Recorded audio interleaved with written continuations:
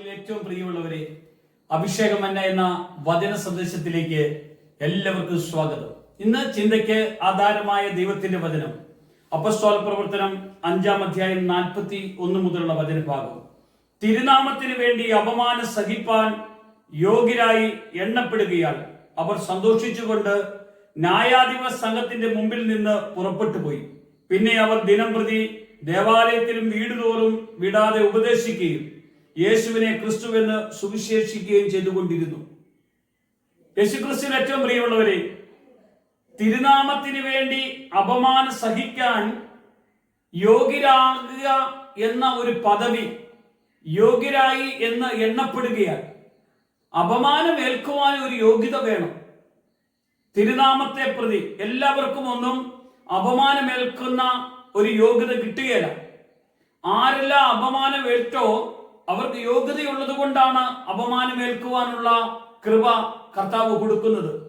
യേശു കർത്താവാണെന്ന് അതരം കൊണ്ട് ഏറ്റുപറഞ്ഞ് ഹൃദയത്തിൽ വിശ്വസിച്ച് ജീവിക്കുന്ന ഒരു ദൈവ പൈതല് മറ്റുള്ളവരോട് സുവിശേഷം അറിയിച്ചു കടന്നു പോകുമ്പോൾ മറ്റൊരാളാൽ നിന്ദിക്കപ്പെടാനും പരിഹസിക്കപ്പെടാനും എതിർക്കപ്പെടാനൊക്കെ ഇടവരുന്നത് ഇതൊരു ഭാഗ്യമുള്ള കാര്യമാണ്, യോഗ്യതയുള്ള കാര്യമാണെന്ന് നമ്മൾ തിരിച്ചറിയണം.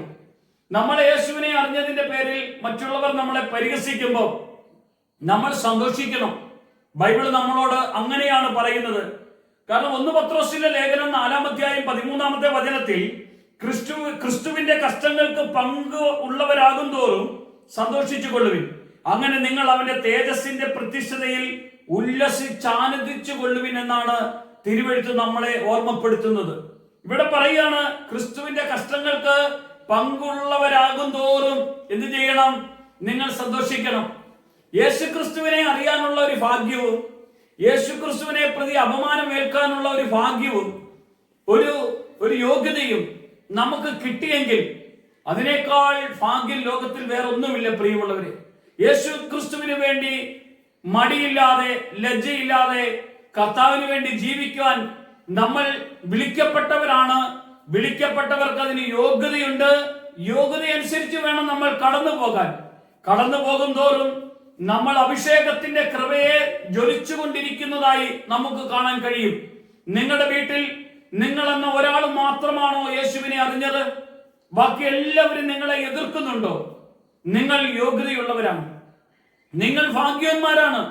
നിങ്ങളെ മറ്റുള്ളവർ എതിർക്കും തോറും പൗലോസിന്റെ ജീവിതത്തിൽ മേൽക്കുമേൽ ശക്തി പ്രാപിച്ചതുപോലെ നിങ്ങളുടെയും ജീവിതത്തിൽ മേൽക്കുമേൽ ശക്തി പ്രാപിച്ചും അഭിഷേകത്തോടുകൂടെ കടന്നു പോകാൻ നിങ്ങൾക്ക് കഴിയും. ആരാണ് നിങ്ങളെ എതിർക്കുന്നതെങ്കിൽ എതിർക്കുന്നവരുടെ മുമ്പിൽ ശക്തിയുള്ളവരായി മാറുവാൻ തക്കവണ്ണം പരിശുദ്ധാത്മാവ് നിങ്ങളെ ബലപ്പെടുത്തി പ്രാപ്തരാക്കി നയിക്കുന്നു. യേശുവിന്റെ മഹത്വം നിങ്ങളുടെ എല്ലാവരുടെ മേലും ഉണ്ടാകുമാറാകട്ടെ. യേശുവിന്റെ നാമത്തിൽ തന്നെ ആമേൻ.